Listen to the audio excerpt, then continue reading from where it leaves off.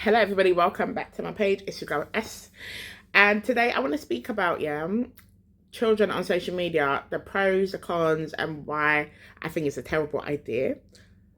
But there are some reasons where I do think it can actually be a good thing. So let's begin. So let's start off first with the cons. Why is it such a bad thing for kids to be on social media? Um, the main reason I would say is a false sense of reality. Like, these kids instantly start thinking because they're on social media that they're famous, that they are celebrities, that they can do whatever they please, and no one's going to tell them none the wiser, kind of thing. That is a number one. Second thing is that a lot of these children that are being exposed to social media, a lot of the times their parents are doing it for clout chasing. Their parents are not doing it to inform or enlighten. They're doing it for clout chasing, for some kind of thing to say that they are a good parent, because there are a lot of parents that are broken individuals. When I say broken, I mean legit can't take care of themselves, can't take care of their mental health, don't know how to feed, don't know how to clothe, don't know how to do the basics of living.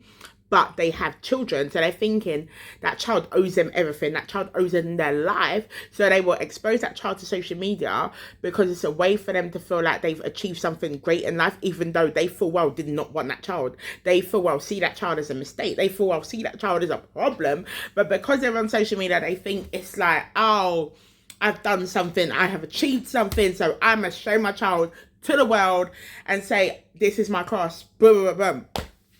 And that is a big problem, because that could harm the child mentally, psychologically, emotionally, and financially, to the point where that child will think that if not for social media, they might not eat. If not for social media, they might not be able to sleep well. If not for social media, they can't achieve the basic things, because they will see their mum on social media constantly and think that's the way to life. That's the way of living. That's a life. No, it's not, because there's more to life than social media.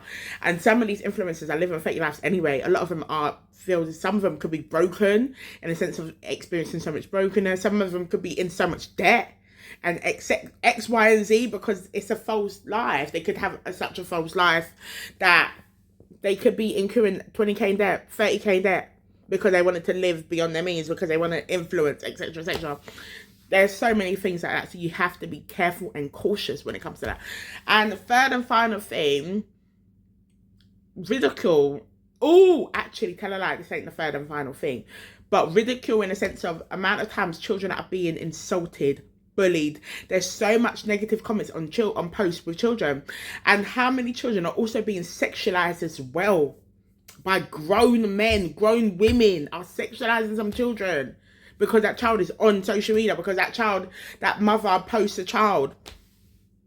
It's a lot of them. It's a lot of madness. Sometimes I've even seen some parents exposing their children on social media. That's mad. That is mad. Exposing themselves. Like, everything's out. Crazy. And it's not as if I've gone looking for that content. I haven't. But lately, for example, Nurse Hannah's situation, a lot of people talking about it. We all know what she said. Things like that. So many children are constantly being abused, neglected, and it's all over social media. And it's not just by their parents, but it's by the commenters. The commenters are abusing them. The commenters are saving these pictures and doing a madness with it. And the reason I know this information is because I used to work in probation. It was a lot of SA pedophiles. What they called?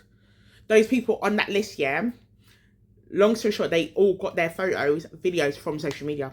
They got their photos, videos from TikTok, Instagram, and so on and so forth. And they will openly tell you that.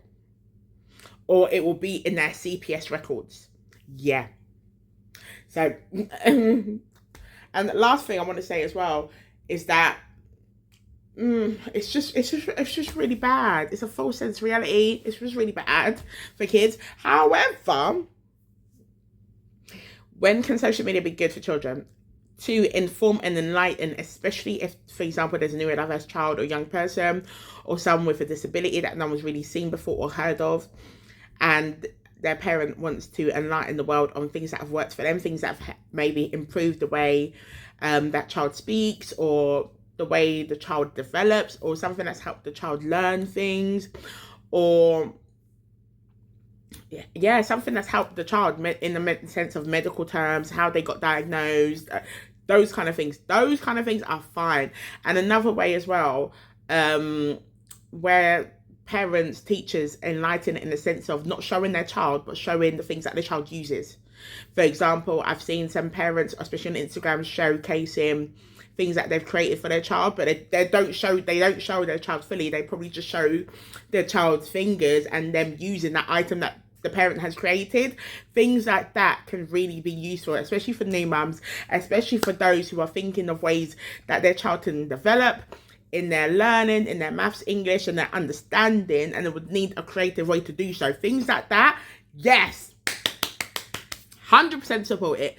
Anything other than that, I do not support, especially someone that works with children on a regular basis, and especially someone that knows the danger of social media and so on and so forth, because the amount of times children have been groomed sexually, physically, financially by pedophiles and all sorts of nasty individuals via social media, it is because of one post or two posts or so on and so forth of that child.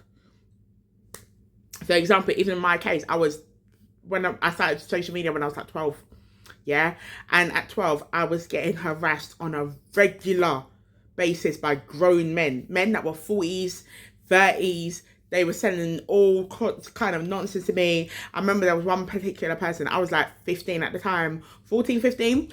He sent me a message on Facebook and he was like, I'll send nudes. I'm like, are you mad? Send pretty much naked pictures of myself. Yeah. That can happen to children. That can happen to people that are younger than 15. And it's a common theme. So please, please, please, parents, keep your kids off social media as much as possible, unless it's to inform and enlighten and educate, in a sense they're neurodiverse, in a sense they've got a medical condition that maybe it's quite rare to find cures for, or it's quite rare to find assistance for. Fair dues, but if it's not, stop it, dead it. And I really do believe children under the age of 16 should not be on social media at all. Even if it's like Snapchat, even if it's Facebook, no, 100%. And another thing with that as well, I think I'll explain that in another video, is be aware of the kids that are around your children as well, because they could also be on social media. So you show your child how to be on social media, and then you never know, it could be a madness. That's why there has been stories of children going to men in the middle of the night, or even in the afternoon after school. They're getting picked up by a man. Why does it happen? Social media. So please, please, please, please, parents, be watchful of your children. Be aware of what they are watching on social media. Be aware of what they are posting and what they are commenting, and just make sure that you are actively aware of what they are doing in general. And yeah, that's it for this video. Hopefully you enjoyed it, and I'll see you guys next time. Bye.